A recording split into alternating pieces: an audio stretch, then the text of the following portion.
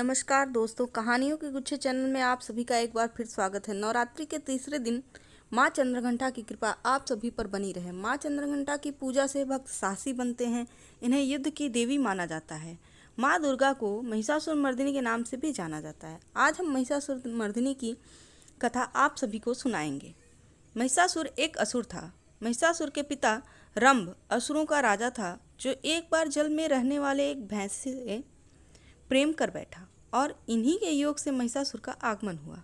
इस वजह से महिषासुर इच्छानुसार जब चाहे भैंस और जब चाहे मनुष्य का रूप धारण कर सकता था। महिषासुर सृष्टिकर्ता ब्रह्मा का महान भक्त था और ब्रह्मा जी ने उन्हें वरदान दिया था कि कोई भी देवता या दानव उस पर विजय प्राप्त नहीं कर सकता।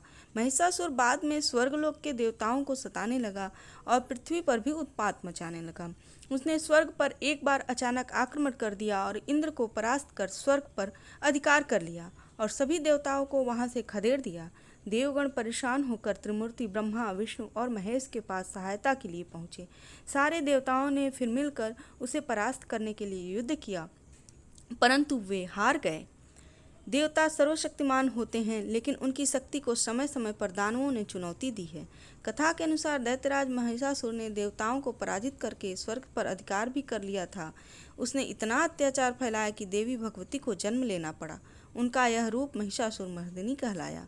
देवताओं को महिषासुर के प्रकोप से पृथ्वी पर विचरण करना पड़ रहा था। भगवान विष्णु और भगवान शिव अत्यधिक क्रोध से भर गए। इसी समय ब्रह्मा, विष्णु और शिव के मुंह से क्रोध के कारण एक महान तेज प्रकट हुआ। अन्य देवताओं के शरीर से भी एक तेजोमय शक्ति मिलकर उस तेज में एकाकार हो गई। यह तेजमय शक्ति एक पहाड़ के समान थी। उसकी ज्वालाएं दसों दिशाओं में व्याप्त होने लगी। यह तेज पुंज सभी देवताओं के शरीर से प्रकट होने के कारण एक अलग ही स्वरूप लिए हुए था। इन देवी की उत्पत्ति महिषासुर के अंत के लिए हुई थी, इसलिए इन्हें महिषासुर मर्दिनी कहा गया। समस्त देवताओं के तेज पुंज से प्रकट हुई देवी को देखकर पीड़ित देवताओं की प्रसन्नता का ठिकाना नहीं रहा।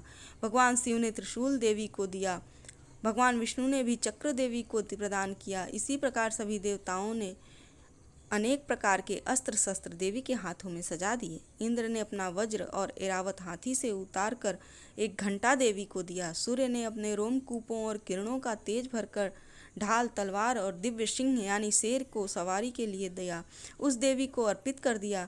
विश्वकर्मा ने अभेद्य कवच और अस्त्र देकर महिषासुर मर्दिनी को सभी प्रकार के छोटे बड़े अस्त्रों से शोभित किया। थोड़ी देर बाद महिषासुर ने देखा कि एक विशालकाय रूपवान स्त्री अनेक भुजाओं वाली और अस्त्र शस्त्र से सज्जित होकर शेर पर बैठकर अट्टहास कर रही है। महिषासुर की सेना का सेनापति आगे बढ़कर देवी के साथ युद्ध करने लगा। उद्रक नामक महादैत्य भी 60,000 राक्षसों को लेकर इस युद्ध में कूद पड़ा। महानु नामक दैत्य 1 करोड़ सैनिकों के साथ, असीलोमा दैत्य 5 करोड़ और वात्स्कल नामक राक्षस 60 लाख सैनिकों के साथ युद्ध में कूद पड़े। सारे देवता इस महायुद्ध को बड़े कौतूहल से देख रहे थे। दानवों के सभी अचूक अस्त्र शस्त्र देवी के सामने बौने साबित हो रहे थे, लेकिन देवी भगवती अपने शस्त्रों से राक्षसों की सेना को बिधने बनाने लगी। इस युद्ध में महिषासुर का वध तो हो ही गया, साथ में अनेक दैत्य भी मारे गए। इन सभी ने तीनों लोकों में आतंक फैला रखा था। सभी देवी देवताओं ने प्रसन्न होकर आकाश से फूलों की वर्षा की।